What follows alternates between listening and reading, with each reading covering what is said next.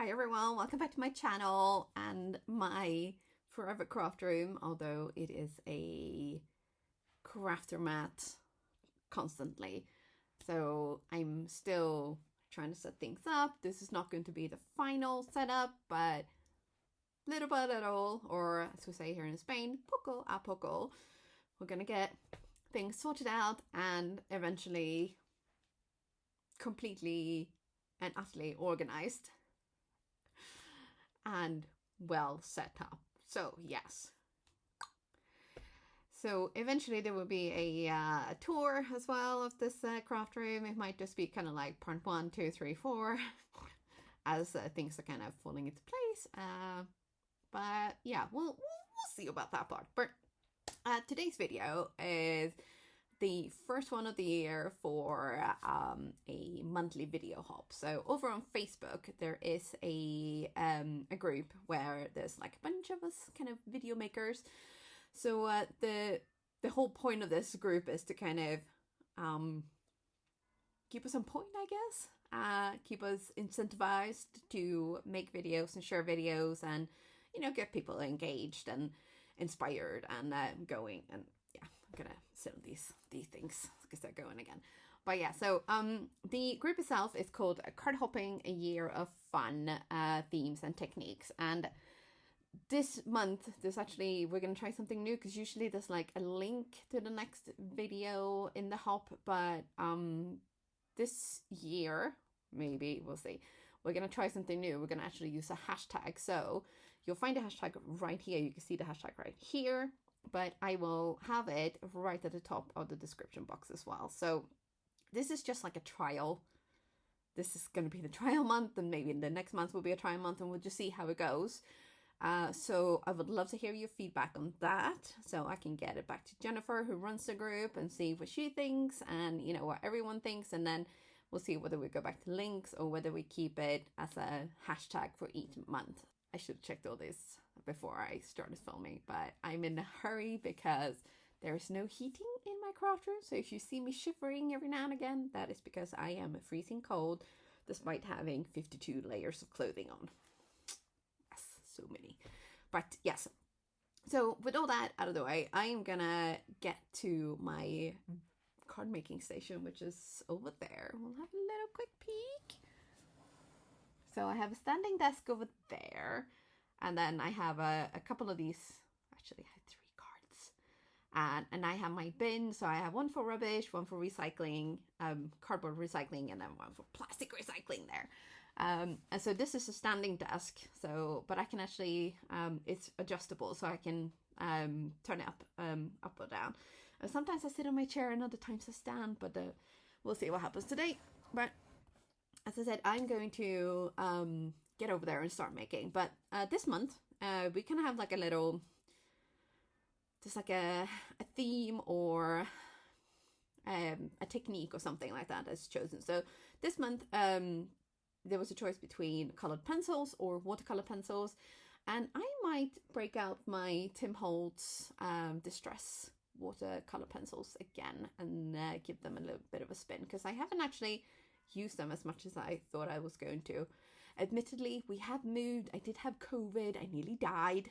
Not joking. And then it's kind of been like trying to get this room bomb site sorted out. So I haven't crafted as much as I would like, but it will come. It will come. So with all that blah, blah, blah, blah, we're going to get over there and get making. Okay, so these are the Distress watercolor pencils. This is set 1, so it has all of these larges colors in it. And the reason I picked set 1 was not only because it has Salvage Patina. I picked Raspberry in it, which is 2 of my favorite colors out of all of the Distress colors. It also has Black Soot and Picket Fence, so it's a white and a black. So I figured I might be able to do a little bit of shading or a little bit of kind of mixing, so I can get lighter or slightly darker colors.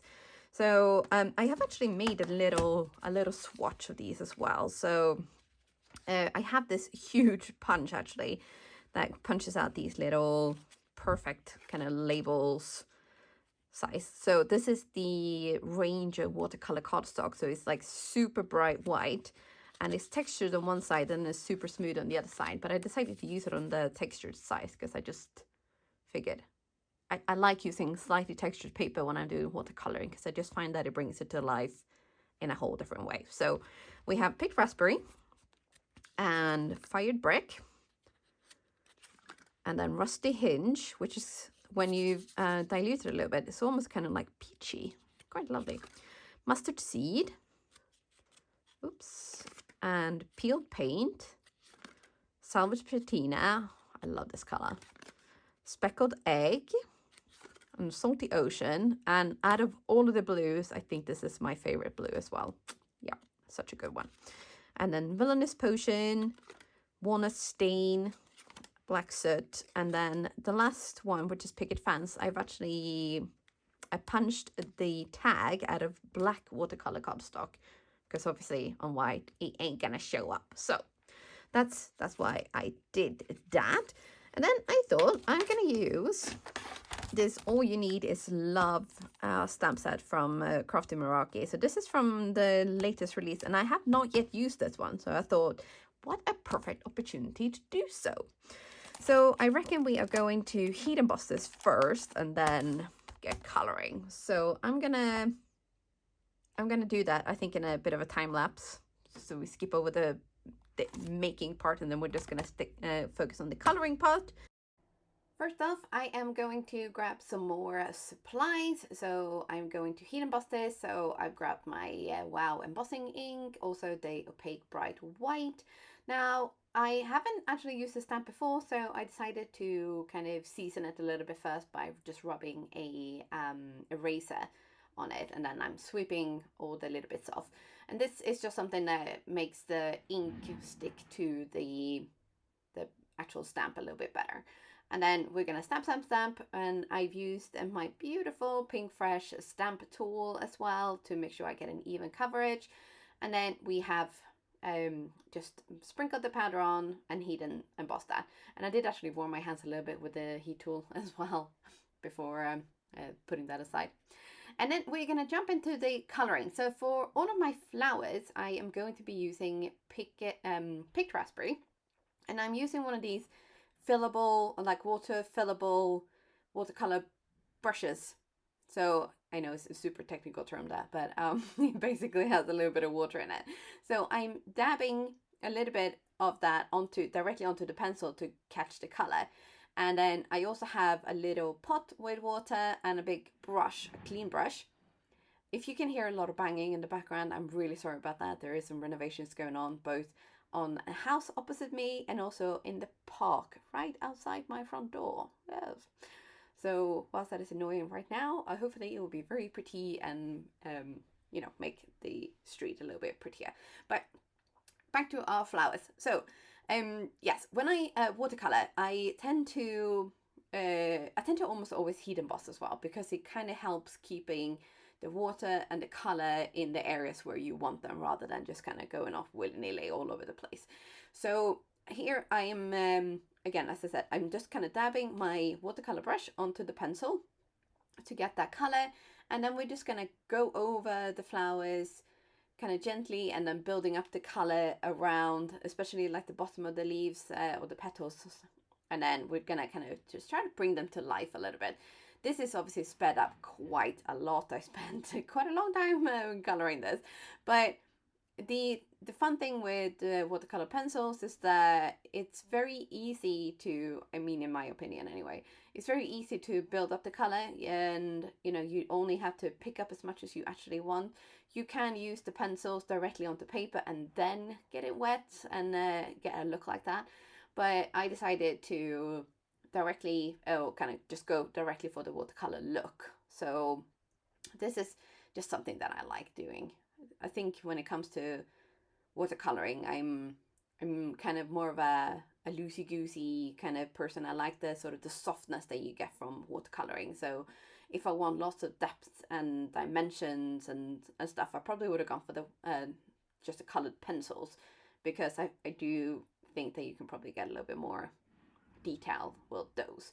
So because of this stamp is kind of so it's soft, it's romantic, it's beautiful with the flowers, and I kind of like the love word sort of tucked in there. I kind of wanted to go for a really pretty kind of not whimsical, but sort of dreamy, soft look. So I thought the pencils will be great for this, or the distress watercolor pencils. So you can see here I'm kind of building up a color a little bit here, so you can see where it's kind of really coming to life a little bit. And this is one of the fun things I think about watching in a time lapse when you're coloring. It's just, it comes to life so much faster, because obviously when you're coloring at the time, it does feel like it's going on forever sometimes. You're gonna like, oh, what am I doing here? But when you then watch it back and you can speed it up, you see how it's all coming to life, and how, you know, the flowers are, you know, starting to go from completely flat and white to this lovely pink fuchsia color. Yeah, I decided to keep all of the flowers pink as well. Like, they're all going to be the same color. Normally, I'm not at all against mixing and matching colors, but here I just wanted to go like pink, pink, pink.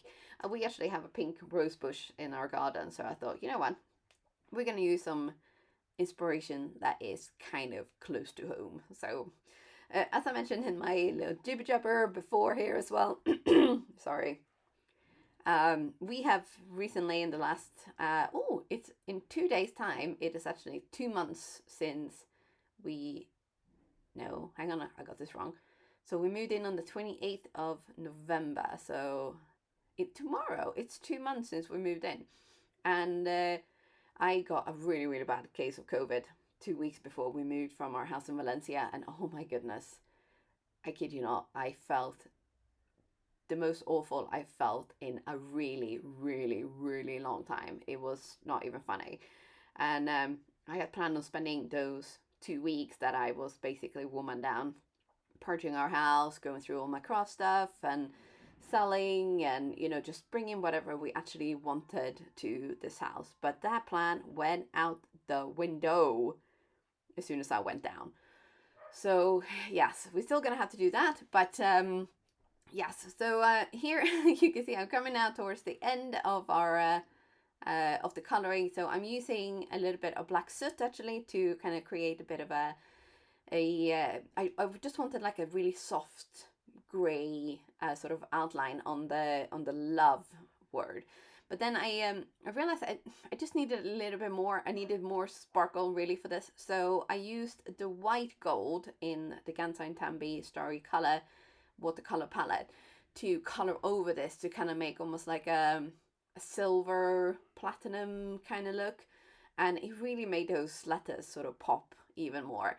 Now you will be surprised to hear that I resisted the temptation to splatter gold all over this, because that tends to be like my go-to.